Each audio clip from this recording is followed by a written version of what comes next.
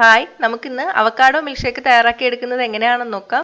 Avocado നല്ല healthy ആയിട്ടുള്ള ഒരു ഫ്രൂട്ടാണ്. നമുക്ക് ആവശ്യമുള്ള ന്യൂട്രിയൻസ് എല്ലാം അതിലടങ്ങിയിട്ടുണ്ട്.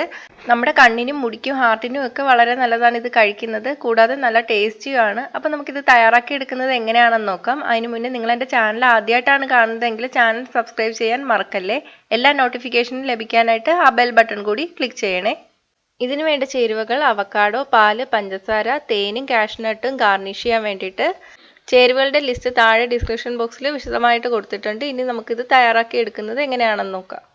ഇത് തയ്യാറാക്കാൻ വേണ്ടിയിട്ട് ഞാനൊരു മീഡിയം സൈസിലുള്ള അവക്കാഡോ ആണ് എടുത്തിരിക്കുന്നത്. ഇത് നല്ല പഴുത്ത അവക്കാഡോ ആണ്. കടയിൽ നിന്ന് വാങ്ങുമ്പോൾ നമുക്ക് ചിലപ്പോൾ പഴുത്തിട്ടുള്ള അവക്കാഡോ കിട്ടില്ല. അവക്കാഡോ വാങ്ങുമ്പോൾ നല്ല വിളഞ്ഞിട്ടുള്ള അവക്കാഡോ തന്നെ വാങ്ങണം. അതറിയാൻ വേണ്ടിയിട്ട് അതിൻ്റെ നെട്ടൊന്ന് ഇളക്കി നോക്കുക. അപ്പോൾ അത് പെട്ടെന്ന് ഇളക്കി വരികയാണെങ്കിൽ വിളഞ്ഞിട്ടുള്ള അവക്കാഡോ ആയിരിക്കും. എന്നിട്ട് ഇത് പഴുക്കാൻ വേണ്ടിയിട്ട് വെക്കണം. അതിന് വേണ്ടിയിട്ട് ബ്രൗൺ കളറിലുള്ള പേപ്പർ കവറിൽ ഇട്ട് വയ്ക്കുക. ഒരു പഴുത്ത പഴം ഉണ്ടെങ്കിൽ അതും കൂടി ഇതിനകത്ത് ഇട്ട് വെച്ചാൽ പെട്ടെന്ന് തന്നെ നമുക്ക് പഴുത്ത് കിട്ടും. പഴുക്കാത്തപ്പോൾ ഇത് നല്ല കട്ടിക്കാണ് ഇരിക്കുന്നത്. പഴുത്ത് കഴിയുമ്പോൾ ഇത് തൊടുമ്പോൾ സോഫ്റ്റ് ആയിട്ടിരിക്കും. ഇനി നമുക്കിത് മുറിച്ചെടുക്കാം. ഇതിൻ്റെ കുരു കളയാം. എന്നിട്ട് ഒരു സ്പൂൺ വെച്ചിട്ട് ഇതിൻ്റെ അകത്തെ ഭാഗം ഇളക്കിയെടുക്കാം.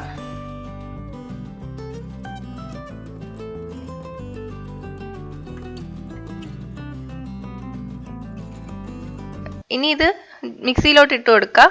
ഞാൻ ആദ്യം ഇതിലോട്ട് 1 കപ്പ് പാലാണ് ഒഴിക്കുന്നത്. ഇത് തിളപ്പിച്ച് തണുപ്പിച്ചെടുത്ത പാലാണ്.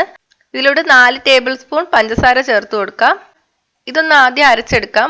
പാൽ ആദ്യമേ കൂടുതൽ ഒഴിക്കണ്ട. അങ്ങനെ ഒഴിച്ചാൽ ഇത് നേരെ അരഞ്ഞു കിട്ടില്ല. ഇപ്പം ഞാൻ അരച്ചെടുത്തിട്ടുണ്ട്. ഇനി ഇതിലോട്ട് 1/4 ഗ്ലാസ് പാലും കൂടി ഒഴിച്ചു കൊടുക്കുകയാണ്.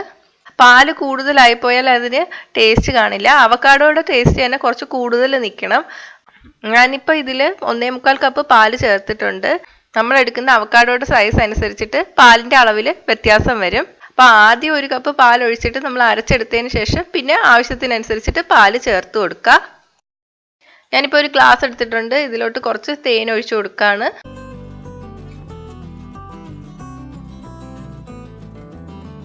ഇനി ഇതിലോട്ട് നമുക്ക് അവക്കാഡോ മിൽക്ക് ഒഴിച്ചു കൊടുക്കാം. ഇത് കുറച്ച് കട്ടിയായിട്ടാണ് ഇരിക്കുന്നത്. ഇങ്ങനെ തന്നെ അരച്ചെടുക്കണം. കൂടുതൽ വെള്ളം പോലെ ആയി പോവരുത്. ഇതിൻ്റെ മുകളിൽ കുറച്ച് അണ്ടിപ്പരിപ്പ് അരിഞ്ഞത് കുറച്ച് തേനും കൂടെ ഒഴിച്ചു കൊടുക്കുകയാണ്. ഇത് ഗാർണിഷ് ചെയ്യാൻ വേണ്ടിയിട്ടാണ്. അപ്പം ഡയറ്റ് ചെയ്യുന്നവർക്കൊക്കെ രാത്രി കഴിക്കാൻ പറ്റിയ ഒരു മിൽക്ക് ഷേക്കാണിത്. പഞ്ചസാര മാറ്റിയിട്ട് തേൻ ഒഴിച്ചാൽ മതി. അപ്പോൾ മധുരം വേണ്ടാന്നുള്ളവർക്ക് അത് അവോയ്ഡ് ചെയ്യാം. കുഞ്ഞുങ്ങൾക്ക് നല്ലതാണ്. ഇതൊന്ന് ട്രൈ ചെയ്ത് നോക്കുക. ട്രൈ ചെയ്തിട്ട് അഭിപ്രായം കമൻറ്റ് ചെയ്യുക. ഇഷ്ടമായെങ്കിൽ ലൈക്ക് ഷെയറും ചെയ്യുക. കൂടുതൽ റെസിപ്പികൾക്കായിട്ട് ചാനൽ സബ്സ്ക്രൈബ് ചെയ്യാൻ മറക്കല്ലേ.